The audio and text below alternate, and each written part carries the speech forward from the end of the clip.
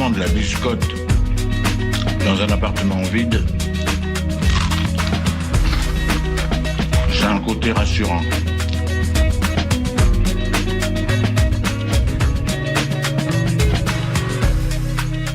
Le réveil à l'ouest, de 8h à 9h sur Westrack Radio.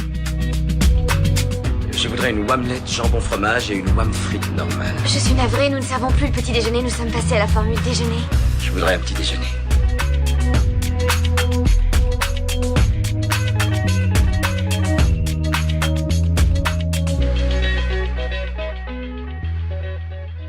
Bonjour à tous, c'est Margot avec vous sur Westrack Radio. J'espère que vous avez passé un bon long week-end. En tout cas, c'est reparti pour une petite semaine sur Westrack Radio. Et on commence avec le réveil à l'ouest durant 1 heure. On va être ensemble, nous, jusqu'à 9h. Et au programme, vous allez retrouver la météo, l'infotrafic, comme chaque lundi, la revue de presse d'Isabelle. Et puis, dans un deuxième temps, vous allez retrouver aussi la chronique sport local. On va revenir sur le match qui s'est déroulé hier au Stade Océane entre notre équipe du HAC et l'équipe de Marseille. Mais il y aura aussi l'agenda sortie de ce soir et la découverte musicale Ferrarock de la semaine, le groupe Boo. Un beau programme nous attend donc et on commence sans plus tarder avec les infos locales. 8h. Les infos locales sur Westrack Radio.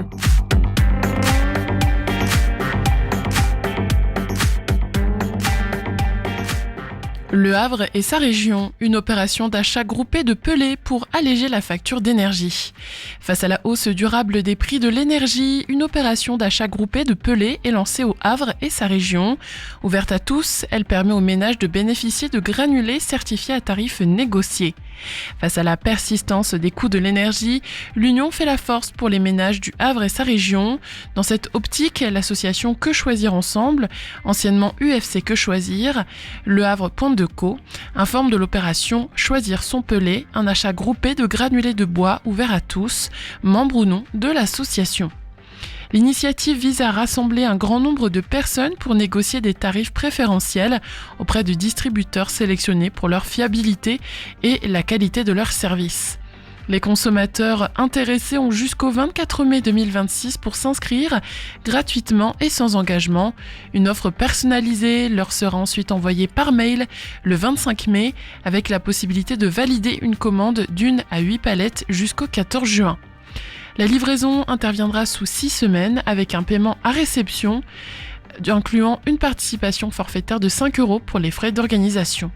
Pour participer à l'opération, il faut se rendre sur le site choisirsonpelé.fr et cliquer sur l'onglet « Participer à l'achat groupé » pour remplir le formulaire.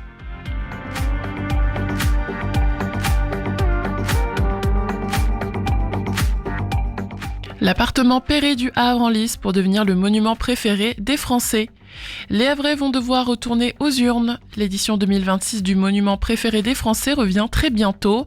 Parmi les monuments en lice cette année, l'appartement Perret joue sa place en finale contre la basilique Sainte-Thérèse de Lisieux. Présenté par Stéphane Bern, le concours du monument préféré des Français vient de dévoiler la liste des monuments en lice par région. Pour la Normandie, Le Havre et son appartement témoin Perret, classé à l'UNESCO, et Lisieux, avec sa basilique Sainte-Thérèse, sont dès aujourd'hui et jusqu'au 22 mai à départager par un vote sur le site de France Télévisions. Cette sélection intervient à un moment important de l'histoire de l'appartement témoin Perret, qui fête en 2026 les 20 ans de son ouverture au public, rappelle la ville.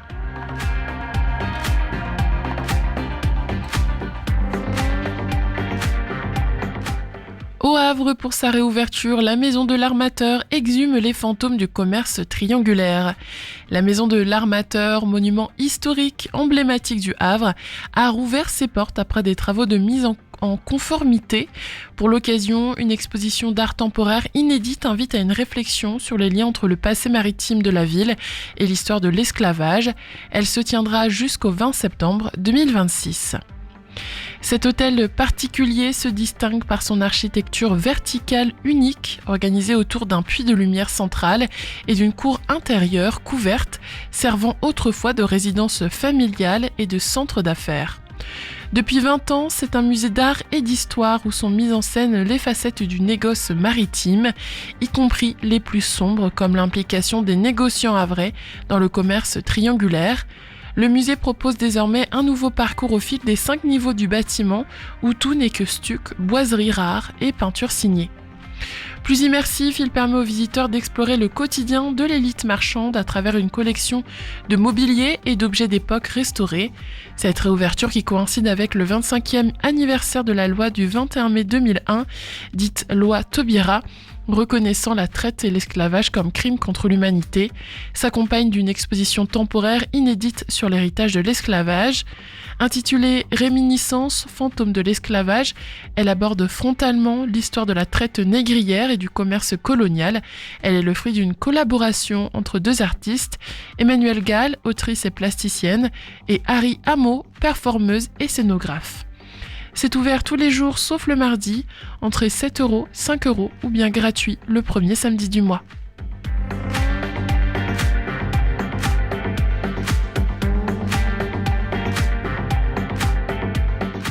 Artisans, créateurs, animation, la fête du village revient à Octeville-sur-Mer.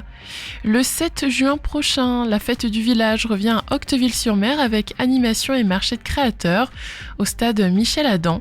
Artisans et exposants ont jusqu'au 22 mai pour s'inscrire et rejoindre l'événement. Au programme de cette journée, une ambiance festive avec en point d'orgue le marché des créateurs et de l'artisanat. De 10h à 18h, artisans et créateurs locaux investiront les allées pour faire découvrir leur savoir-faire et proposer des créations uniques. Une belle vitrine pour les talents du territoire entre flâneries, rencontres et découvertes. Le public est invité à profiter pleinement de cette parenthèse conviviale, devenue au fil des années un rendez-vous attendu. Côté exposants, les inscriptions sont déjà ouvertes et restent possibles jusqu'au 22 mai via le dossier disponible en ligne sur le site de la commune. Une occasion de rejoindre l'événement et de participer à la dynamique locale.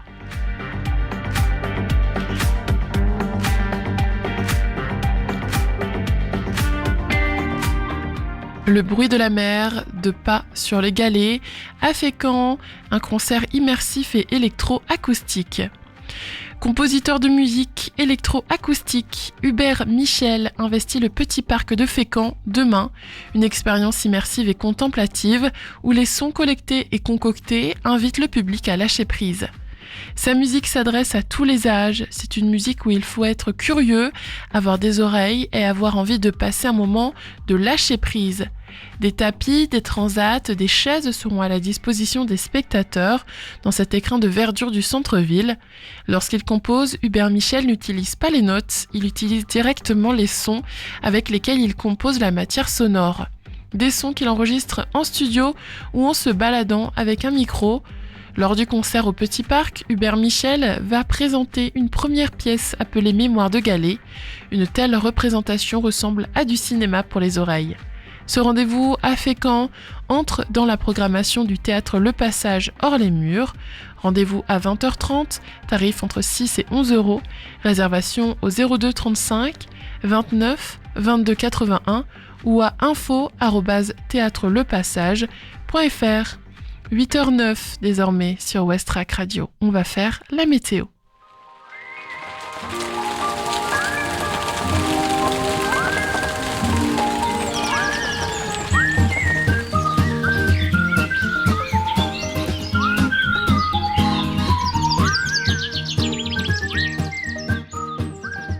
Aujourd'hui, au Havre, la forte humidité se traduira par un temps perturbé en début de journée, avec de la bruine et un risque de pluie ce matin.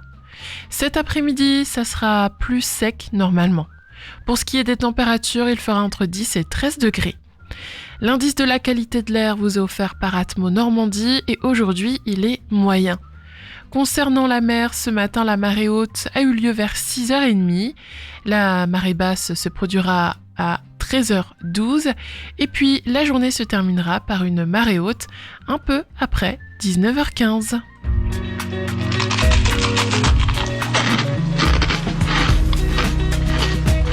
Je trouve que le craquement de la biscotte dans un appartement vide,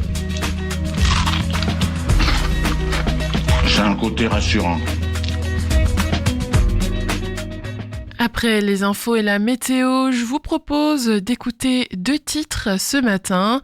Le premier nous vient du Havre, ça s'appelle Matrice tentaculaire et c'est signé Eta Plasma. Et ensuite, direction la Suisse avec La Clé de Jalisco. Bon début de journée tout le monde, il est déjà 8h10. On se retrouvera ensuite pour faire le trafic auto.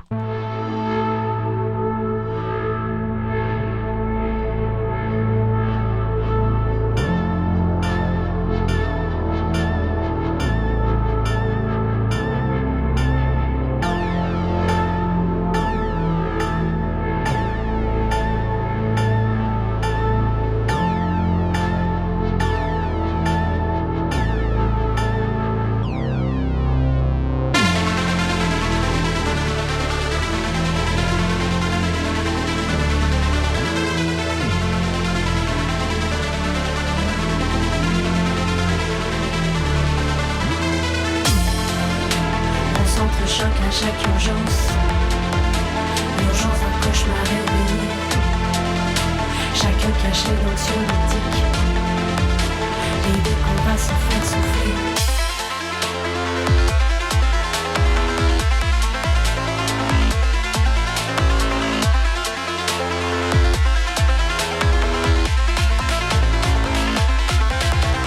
À nos rêves funambules, nos corps de rien plongés dans l'humidité de la rosée, une étincelle bleue dans le noir, mais pour y voir une minuscule lueur d'espoir. À nos rêves funambules, nos corps de rien plongés dans l'humidité de la rosée, une étincelle bleue dans le noir, mais pour y voir une minuscule lueur d'espoir.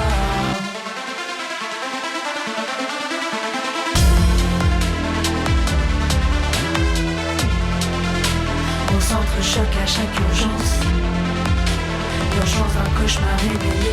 À nos rêves, chacun caché sur le corps de bien plongé dans l'humidité de la sensation d'étincelle bleue. On s'entrechoque à chaque urgence, voir une minuscule urgence d'un cauchemar réveillé. À nos rêves, chacun caché sur le corps de bien plongé dans l'humidité de la sensation d'étincelle bleue. On s'entrechoque à chaque urgence, voir une minuscule urgence d'un cauchemar réveillé.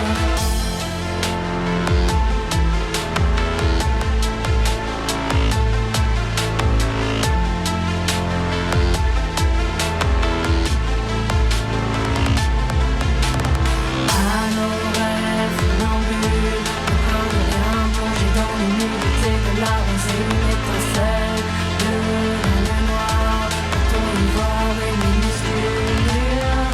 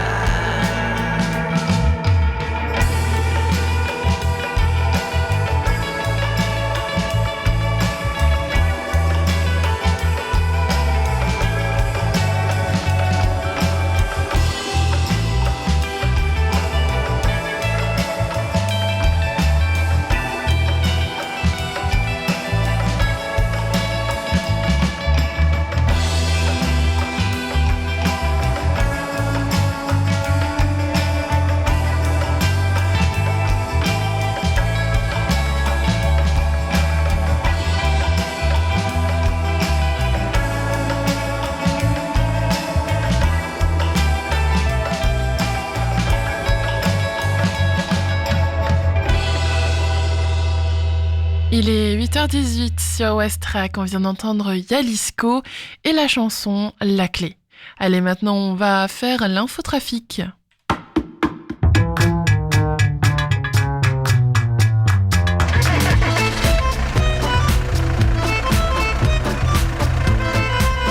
Alors à Civita, ça bouchonne aussi? Ah, j'en sais rien. Ce matin, j'ai parlé à mon père qui est à Caserta. Il paraît que là-bas, ça roulait pas vite, mais que c'était fluide. Alors au Havre, en ce moment, on remarque quelques points rouges, notamment au niveau de la rue Aristide-Briand, juste avant le rond-point, ou encore à côté du bassin Vauban sur le quai Colbert.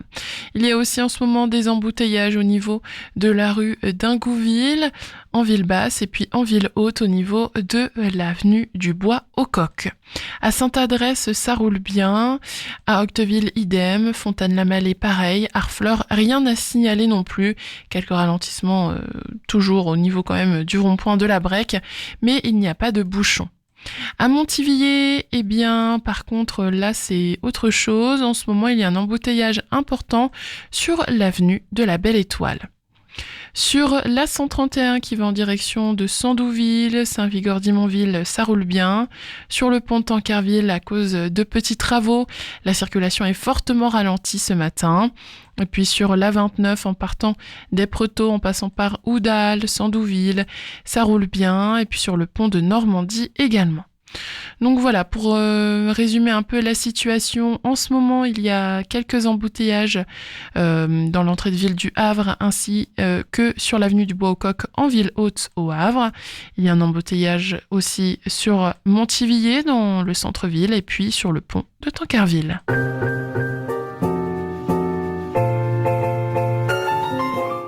Il est 8h20 sur votre radio locale. Retrouvez désormais Isabelle dans la revue de presse.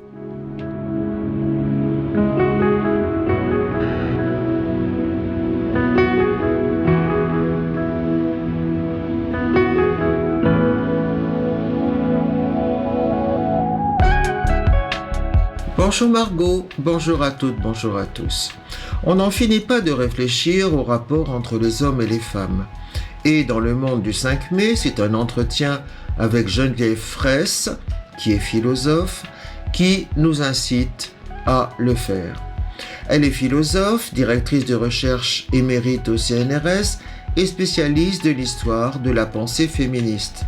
Elle revient notamment sur un phénomène que nous connaissons qui s'appelle le masculinisme. Pour elle, ce mot est tout à fait inadapté puisqu'il mettrait en miroir le masculinisme avec le féminisme alors qu'il est complètement différent. Elle explique que c'est le corps individuel et concret qui est devenu pour certains hommes un objet de culte et d'effort acharné, comme le montre d'ailleurs la tendance chez certains à la musculation et la célébration de certains canons esthétiques. En fait, ces hommes cherchent à retrouver le muscle et à travers lui, à célébrer un certain idéal de puissance virile. Donc, le mot virilisme paraît beaucoup plus approprié. Elle revient également sur la persistance d'un sentiment d'impunité chez de nombreux hommes. Parce que pour elle, les Lumières ont cherché et réussi à penser et à établir un contrat social.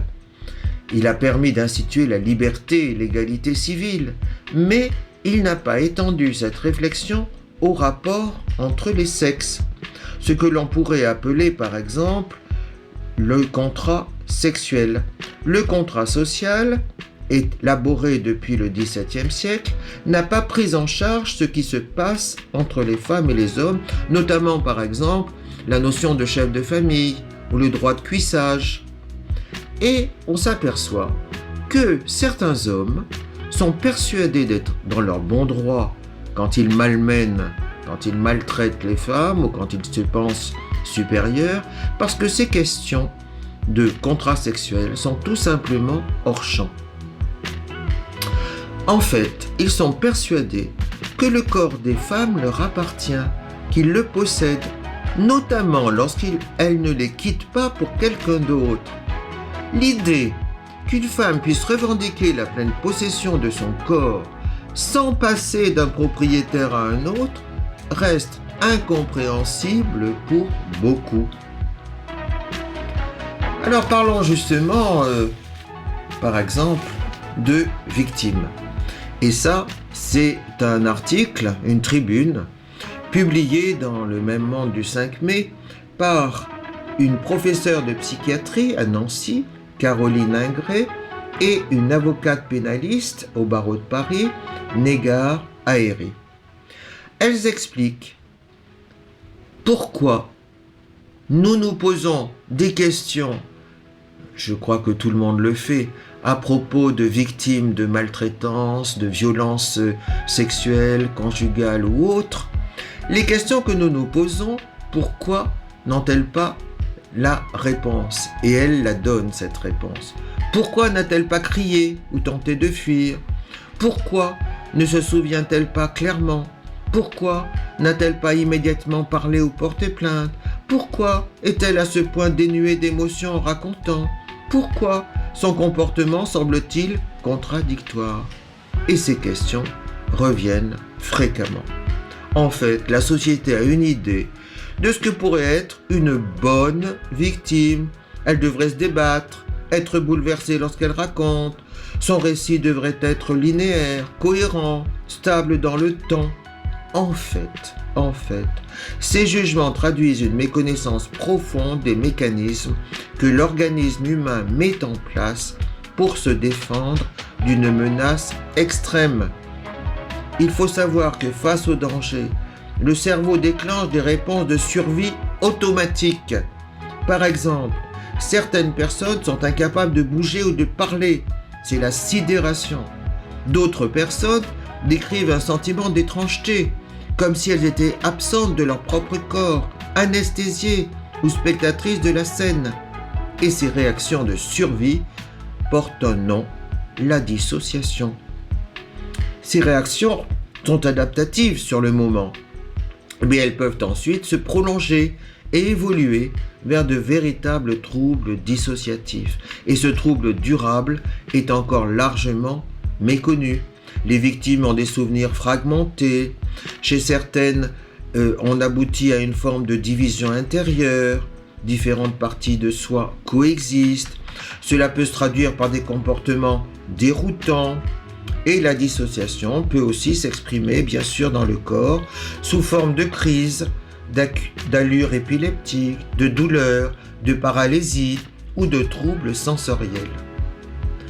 En fait, les conséquences, effectivement, sont malheureuses. Une victime qui n'a pas résisté peut être soupçonnée d'avoir consenti. Une personne dont les souvenirs sont fragmentés ou qui met des années à en parler peut être jugée peu fiable. Celle qui ne s'effondre pas ou dont les réactions semblent changeantes peut être perçue comme insincère, voire être accusée de simuler ou de manipuler. En fait, ces victimes ne correspondent pas à l'image attendue. Et ces troubles deviennent une preuve contre elles. Les conséquences sont majeures, la parole de la victime est mise en doute et l'agresseur, lui, bénéficie du doute. Le soupçon produit de l'injustice, mais aussi du silence. Pourtant, ces troubles dissociatifs sont connus. La recherche internationale a largement documenté l'amnésie dissociative, le trouble dissociatif de l'identité et les troubles dissociatifs à symptomatologie neurologique. Mais la méconnaissance conduit trop souvent à une errance médicale et à des diagnostics erronés et à du rejet, notamment en France. En fait, on aboutit à une victimisation secondaire, c'est-à-dire que les réactions de l'entourage, des institutions et des professionnels aggravent la souffrance initiale. Pour certaines victimes, le moment où elles cherchent de l'aide devient un nouveau traumatisme. Et les auteurs de cette tribune demandent bien sûr une formation aux réactions dissociatives, au moment du traumatisme, bien sûr, comme dans leurs conséquences post-traumatiques. Cette formation doit devenir obligatoire. Il faut sortir la dissociation de l'invisible, écrivent-elles. C'est une question de justice et de santé publique, parce que ce qui protège pendant la violence ne devrait jamais devenir ce qui empêche d'être cru. Au revoir. Merci Marco.